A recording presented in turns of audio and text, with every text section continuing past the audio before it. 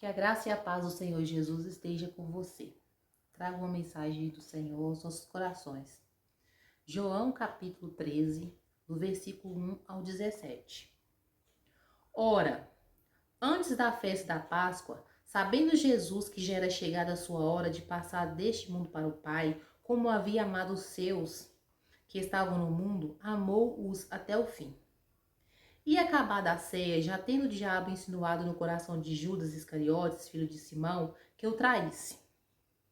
Jesus, sabendo que o Pai tinha depositado nas suas mãos todas as coisas e que havia saído de Deus e ia para Deus, levantou-se da ceia, tirou as vestes e, tomando uma toalha, cingiu-se. Depois, deitou água numa bacia e começou a lavar os pés aos discípulos e a enxugá-los com a toalha com que estava cingido. Aproximou-se, pois, de Simão Pedro e lhe disse: Senhor, tu lava-me os pés a mim? Respondeu Jesus e disse-lhe: O que eu faço não sabes tu agora, mas tu o saberás depois. Disse Pedro: Nunca me lavarás os pés. Respondeu-lhe Jesus: Se eu não te lavar os pés, não tens parte comigo. Disse-lhe Simão Pedro: Senhor, não só os meus pés, mas também as mãos e a cabeça. Disse-lhe Jesus: Aquele que está lavado não necessita de lavar senão os pés, pois no mais todo está limpo. Ora, vós estáis limpos, mas não todos. Porque bem sabia ele quem o havia de trair. Por isso disse: Nem todos estáis limpos. Depois que lhes lavou os pés, tomou as suas vestes e se assentou outra vez à mesa e disse-lhes: Entendei o que vos tenho feito? Vós me chamais mestre e senhor, e dizeis bem, porque eu o sou. Ora, se eu, senhor e mestre, vos lavei os pés, vós deveis também lavar os pés uns dos outros. Porque eu vos dei o exemplo, para que eu vos fiz, façais vós também. Na verdade vos digo, que não é o servo maior do que o seu senhor, nem o enviado maior do que aquele que o enviou. Se sabeis essas coisas, bem-aventurados sois se as fizerdes. Como a palavra do Senhor é tão clara para nós, né, irmãos? Jesus nos deu uma ordenança, lavai os pés uns dos outros. Por que será que Jesus nos pediu essa ordenança? A fim de que mostremos humildade. Somos humildes a ponto de lavar o pé uns dos outros?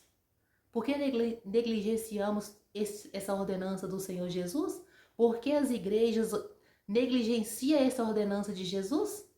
Jesus não disse ali só para os discípulos, ele disse como exemplo, assim como eu fiz, façai vós também. Não podemos deixar as ordenanças de Jesus. Como queremos uma igreja abençoada, avivada, se as ordenanças de Jesus só ficam de lado, irmãos? Não podemos deixar esses mandamentos morrerem, essas ordenanças.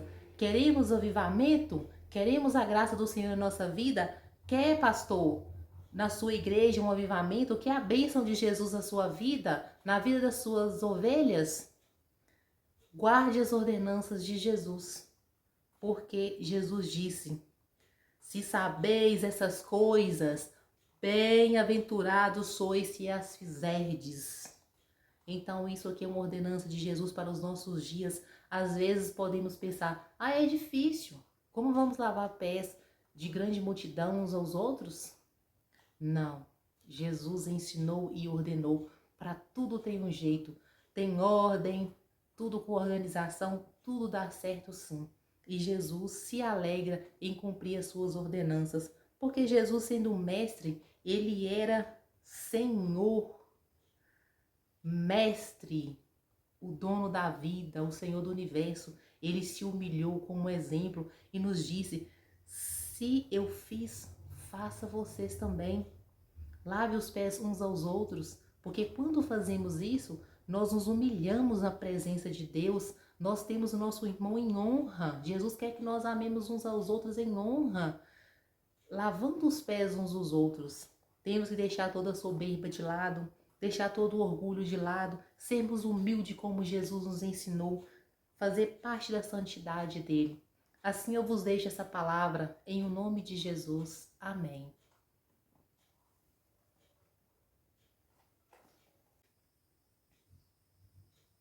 Quero ler aqui com vocês em 1 Coríntios, no capítulo 11 e no versículo 24. E tendo dado graças, o partiu e disse: Tomai, comei, isto é o meu corpo que é partido por vós. Fazei isso em memória de mim. Semelhantemente também, depois de cear, tomou o cálice, dizendo: Este é o cálice, é o novo testamento do meu sangue. Fazei isso todas as vezes que bebedes em memória de mim. Porque todas as vezes que comerdes este pão e bebedes este cálice, anunciais a morte do Senhor até que venha. Portanto, qualquer que comer este pão ou beber o cálice do Senhor indignamente, será culpado do corpo e do sangue do Senhor. Examine-se, pois, o homem a si mesmo, e assim coma deste pão e beba este cálice. Porque o que come e bebe indignamente, come e bebe para a sua própria condenação, não discernindo o corpo do Senhor. Por causa disto, há entre vós muitos fracos e doentes, e muitos que dormem. Porque, se nós nos julgássemos a nós mesmos, não seríamos julgados.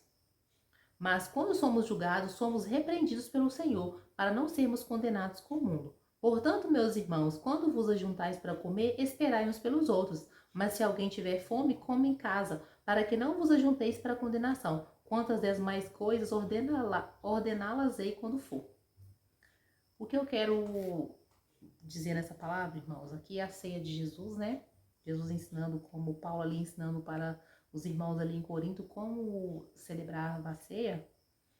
E aqui ele trouxe um grande alerta, que qualquer que comer ou beber indignamente o cálice do Senhor, ele será culpado do corpo e do sangue do Senhor. Já pararam para pensar que tamanha responsabilidade a gente toma sobre a gente? Tomamos sobre nós por comer ou beber indignamente o cálice do Senhor e o corpo do Senhor? Por isso, o que come e bebe indignamente, come e bebe para a própria condenação, não discernindo o corpo do Senhor. Por causa disso, há entre vós muitos fracos e doentes, e muitos que dormem. Quantos estão dormindo espiritualmente, igreja? Por comer e beber o corpo de Jesus indignamente? Quantas enfermidades vêm sobre nós? Quantas dificuldades? Por estarmos comendo o corpo do Senhor indignamente, bebendo o sangue do Senhor indignamente? Isso é um grande compromisso que temos nas mãos. Chega dia de ceia, tá vivendo de qualquer jeito, de qualquer maneira, chega e ceia. Quanto mais que a ceia é feita de mês em mês, porque eu abro uma interrogação e pergunto por que a ceia de mês em mês? Se no passado, quando celebravam a Páscoa, era ano em ano. Todas as comemorações a gente faz de ano em ano. Todo memorial é ano em ano. Abro uma interrogação a respeito da ceia mensal. Olha só com grande responsabilidade que temos nas mãos de tomar do corpo e do sangue do Senhor indignamente. Quanto mais uma ceia é servida todo mês, quanta condenação trazemos sobre nós, passando por um ano de ceia, consertando, pedindo ao Senhor misericórdia. Temos que ainda ter temor em tomar o corpo de Cristo e o sangue de Cristo. Imagina todo mês quantas almas não são levadas à condenação. Precisamos estar muito santos, irmãos, muito obedientes, para tomar desse corpo e o do cálice de Cristo. Porque se tomamos indignamente, tomamos para a própria condenação. Não significa que no espaço de um ano há um tempo maior para conserto, mas a chance de pecarmos pode ser menos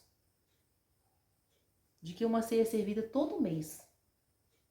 Não podemos, irmãos, desviarmos da santificação para receber do corpo e do cálice de Cristo. Precisamos estar dignos arrependidos todos os dias, chorar na presença do Senhor, lamentarmos os nossos pecados, pedir para o Senhor, como Davi pediu: Senhor, tenha misericórdia de mim, dos pecados que eu cometo, que eu nem vejo. Quantas vezes, irmãos, cometemos pecados?